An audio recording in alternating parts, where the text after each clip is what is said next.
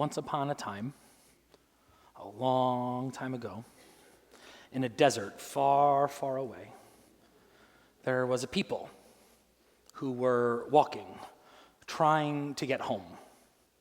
It took them a long time.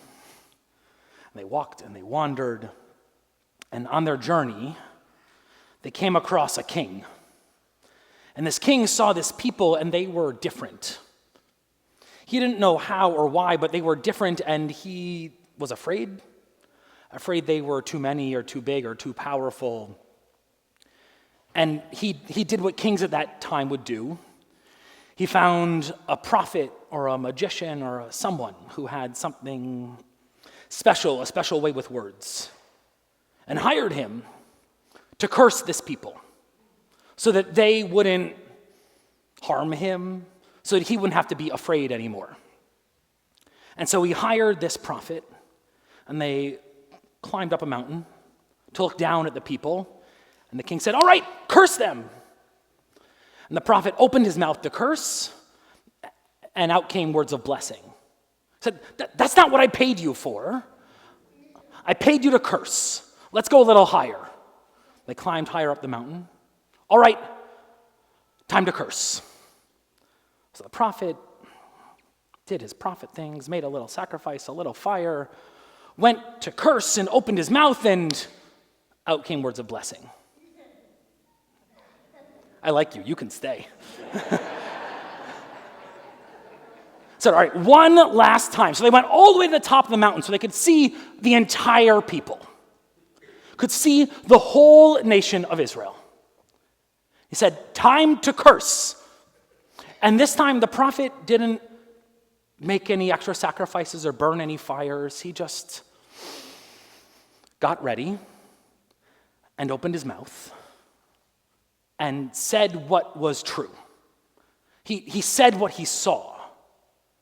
And those words meant as curse, tried to curse, but all that he could make come out of his mouth were words of blessing. Those words land in our Siddur. They land in our prayer book. They become a core part of our liturgy that we sing when we pray together in the morning.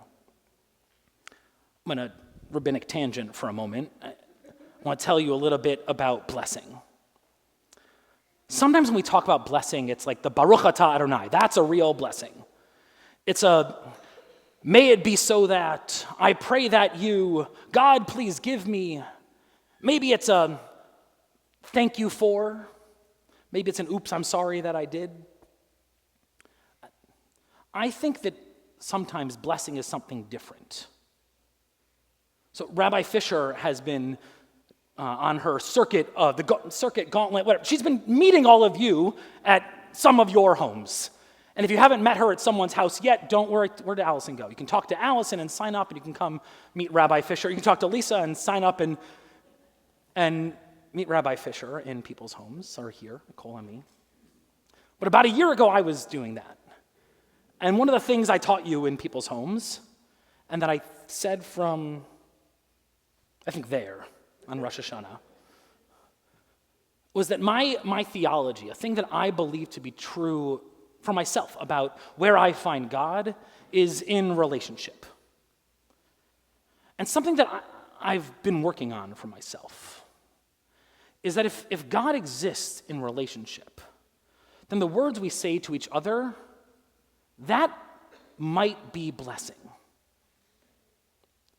And if that's the case, on the one hand, I ought to be cautious and intentional about the words that I say because they might just be blessing. And also, maybe you're like me, and when someone says something not kind to you, you let that sit and you stew on it and think about it for a week or a month or a year. But when someone says something nice to you, you say, no more of that, please. We shirk aside compliment and grace and kindness and compassion. Maybe you've experienced that too. What I'm working on, and invite you to work on too if you need to, is maybe those words of kindness are blessing.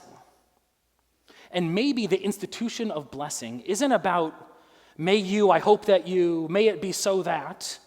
Maybe blessing is looking at something seeing it for what it is, and saying something true. And that truth, it lands, and it's real, and we know it when we hear it and see it and feel it. That our job, perhaps, as people in sacred community is to bless each other, and not just with hands on heads or on shoulders, not just with ancient words, though with those too, but to see each other for who we are and say what's true. Let's go back to our story. So while Balaam is atop the mountain, looking down at the people, seeing the entire nation of Israel, he says, Ma tovu ohalecha Yaakov mishkanotecha Yisrael. We have like umpteen melodies that we sing it to. It's right at the beginning of the service. It's what we say when we start. Ma tovu ohalecha Yaakov mishkanotecha Yisrael. How goodly are your tents, O Jacob, your dwelling places, O Israel. It's got to have the O in it for you to know that it came out of a prayer book. I also thought that was funny. Thank you, Nadav. How good are your tents? That's a blessing. And so the rabbis, they argue about what it means. And some say it's the way that they set up the tents so that no one's door was facing anybody else's door, that it was privacy. That what Balaam saw and what he blessed was the simple little ways that the people of that community took care of each other. Not the big flashy ways, but the simple ways. They made sure everyone was able to be themselves without fear of being looked at too much, be able to have some sense of ownership over themselves and their bodies. When I come to Matovu, in some prayer books, in some traditional prayer books, that line is bold in the Siddur. I'm going to show you why. All right, you ready? All right. So, the first line, we're going to count syllables. You'll count with me. Ready? Ma tovu oha lecha Yaakov. How many syllables? 10. Some prayer books have it in bold because you need 10 to pray together. And we don't count the Jewish people. We don't go 1, 2, 3, 4. We go ma tovu oha lecha Yaakov. We don't need to count. We see how goodly the tent is. And what makes the tent good isn't what it's made of, even though this is lovely. What makes the tent good is who's inside the tent. It's that we come together for sacred purpose. I think one of the calls of this Torah portion, of this odd moment of curse and blessing and talking donkeys, it's not just in Shrek, and if you want to talk about talking donkeys, come tomorrow, and Rabbi Fisher will teach you about talking donkeys in the morning. If that's confusing, it's on page 900 or 1,000 something. This moment of the prophet who all he can say are words of blessing when he sees the people. The blessing that is our Siddur, that is our prayer book, that's how we begin together. It reminds us that what is most important about what it means to be in Jewish community is the us, is the relationships that we forge in sacred space and what we can do when we're together. Some of that is the journey that we'll continue taking towards the promise, towards the land, towards the hope, the dream, the vision of who we're called to be as a people. And sometimes that blessing is what we say when we're here. It's what it means to be in sacred relationship, to allow God or something sacred or oneness or whatever it is to manifest because we are here together and we look at each other and we know each other. That the synagogue is the place where we come to be known deeply, not just on the surface, but to be known in a deep way and to know other people deeply, to see them for who and what they are, and then to be brave enough, compassionate enough, full of blessing enough to say what's true and to receive those words of blessing.